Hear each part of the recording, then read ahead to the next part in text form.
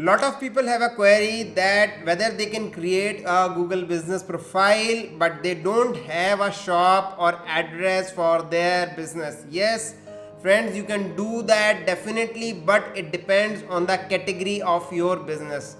If you are selling some product or item, then in that case you cannot create a profile without address, because in that case definitely a customer needs to come to your shop or your place to buy that particular product. But guys, if you are providing some service in which a customer doesn't need to visit your office, in place you or your staff will visit their location, in that case you can definitely create a Google business profile, that is a service based Google business profile, where address is not displayed on the profile. Instead your number, your website is visible, and you can be searched within the service area that you have selected or opted for while creating the profile. But guys, you definitely need an address for address proof if Google asks for that, so that it can verify that you are authentic. Otherwise lot of people will create fake Google business profiles.